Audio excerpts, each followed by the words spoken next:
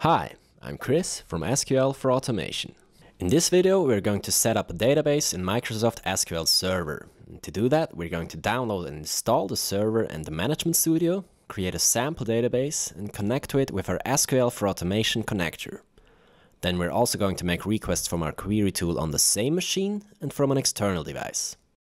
Now if you haven't installed the connector yet, I recommend you do that first. You can watch our first tutorial if you don't know how.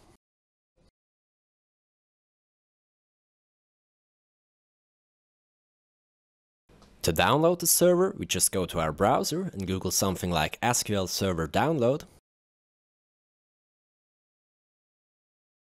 And this should bring us to this site. Now there are a few different versions you can choose from, but for this video we are going to use the Express version. So to download that, just click on this link. And as soon as we have the installation file, we can execute it.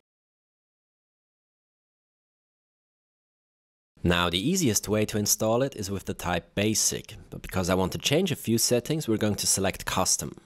Now we can ignore this. Now first I'm changing the directory of the files it's going to download, but you can leave this at default if you want. Then we just click on install and wait.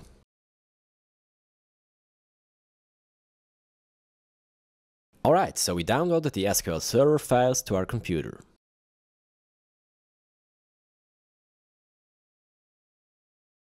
To install the server, we can click on this link. So first you accept the terms.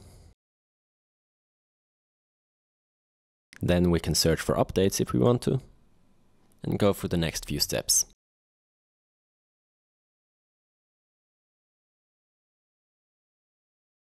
Now here you can change the name of the server instance if you want.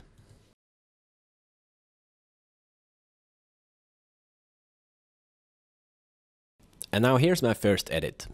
In order to be able to connect to the server with SQL Server authentication, I need to select mixed mode here. Just note that this isn't as safe as Windows Authentication. And now my second edit is the data directory. At default, the new database will be stored in this directory on the C drive. And now if your application generates a lot of data, this could fill up your C drive and cause problems in Windows. So I'm going to set the directory to a folder on a different drive I can easily remember.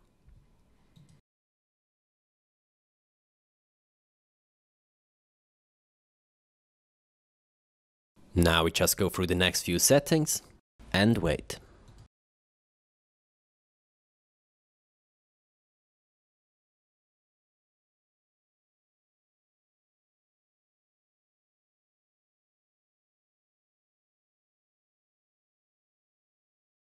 Alright, so we've installed SQL Server on our computer.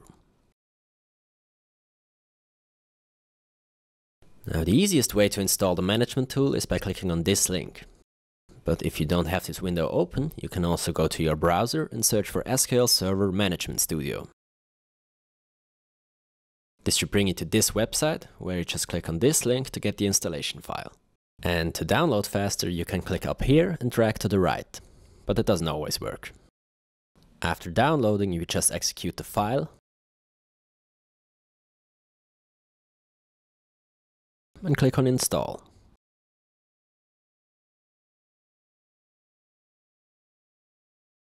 And then just restart your computer and you're finished.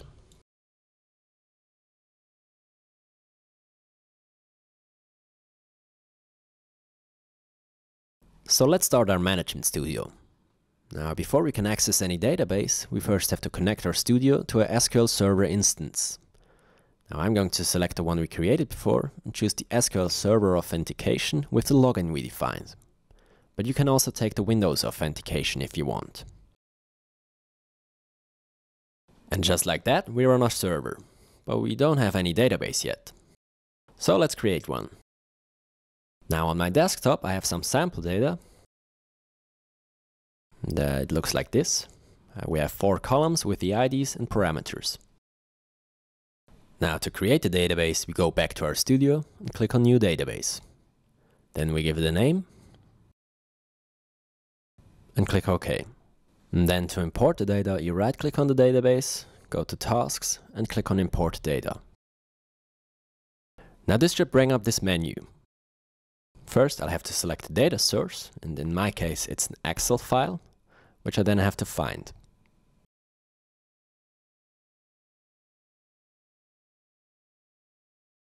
Next, we have to define where we want the data to go. So we select the driver for SQL Server, choose our server instance, the database and the login. This should be good. Now in here I want to change a few things. First, I want to change the data type of my first two columns to integer. And then I'm also going to disable the null values for my IDs. This way I can make sure that every entry gets an ID. Okay, so the next setting should be good as well, so we can finish.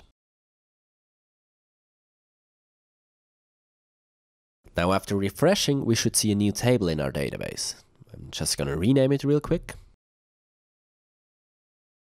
Then we can select the top rows to see our table.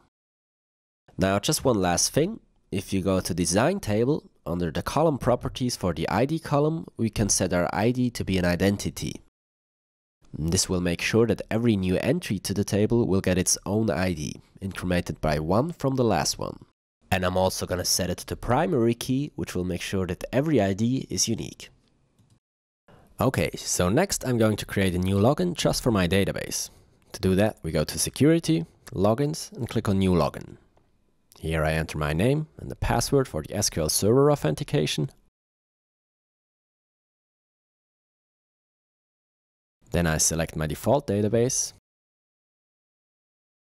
And this I can leave. Now in here I will map my user to our database and allow him to read and write data. After this we can finish. And we have a new login. Now let's try to connect our SQL4automation Connector to our server. First I'm going to open the config tool and connect it to our connector service. Then I create a new link, give it a name, select the connection properties. And now since we have a new data source, we first need to create one. And to do that, we go to the ODBC admin, System DSN, and click on Add. Now we select our SQL server, give it a name, and select the server instance. Now in here I'm going to select the login we just created.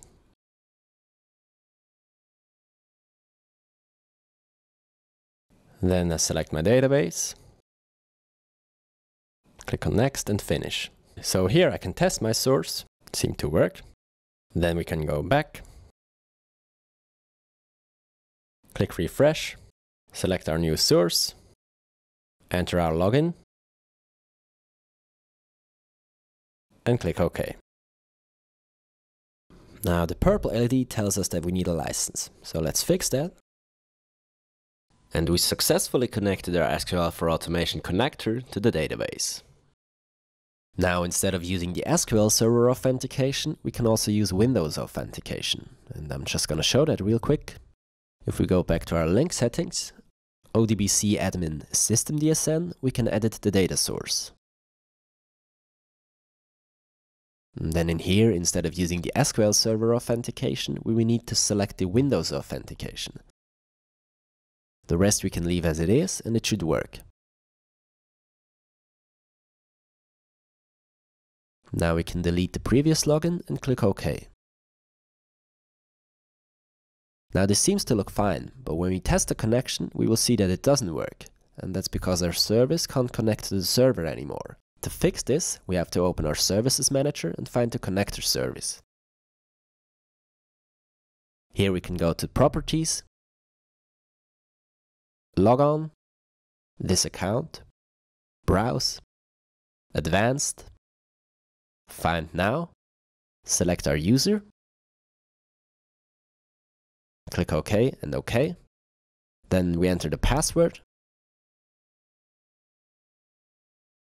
And now we just have to restart the service and check if it's running.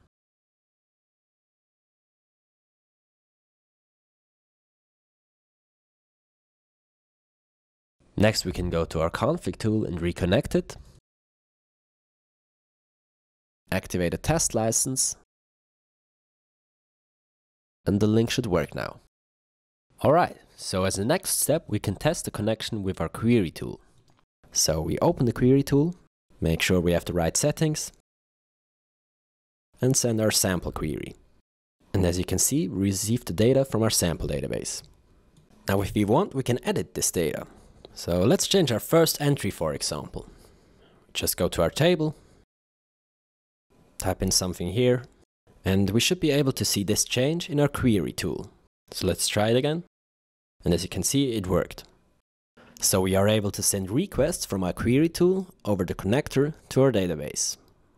Now just 2 tips. In the login we created, we restricted its permissions. And that's a good practice to make sure, for example, that you don't accidentally break the database. So if I send a request to delete the database, I will get an error. And as you can see here, it's because we don't have the permission to delete it. I can also show this in our management studio. If I make a new connection to our server with the restricted login and try to delete the database, I will get an error.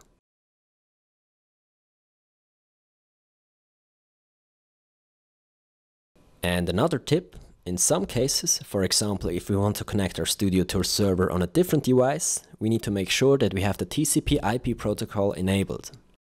And to do that, we open the Configuration Manager,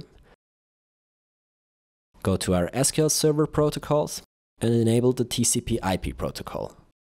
Just double-click it, select Yes, and then go to the IP addresses, enable the loopback address, and make sure that the IP address of your server is added and enabled. Now we just restart our service.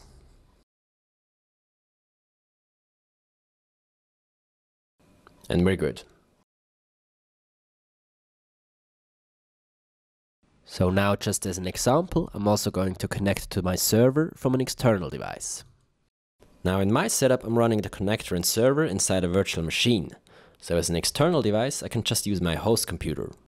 First, I want to get the IP address of my virtual machine. To do that, I just open my terminal and type in ipconfig. And here's my IP. And then I go to my host computer and open the config tool. Now this time, instead of my local host, I'm going to connect to the IP address of my virtual machine. So we first have to create a new host. Just click on the host, add, enter the name and the address, and click OK. Now we can select our new host and connect. Now as you can see, it asks us if we want to disconnect the existing connection. And that's because our connector service can only be connected to one config tool at a time. And we already have our config tool inside the VM connected to it. So we can disconnect the other config tool. And then in our link settings, we just have to set the connector IP to the IP of our VM and make sure that the target IP is set to first or the IP of our host. Now let me just test the connection. And then we can also open the query tool. Here we just select the correct connection, send a request, and we get our data. Alright, so that's it for this video. I hope it was helpful. Now if you have any more questions, you can just ask them in the comments below or check out our other videos for more information. Thanks for watching, and I'll see you in the next tutorial.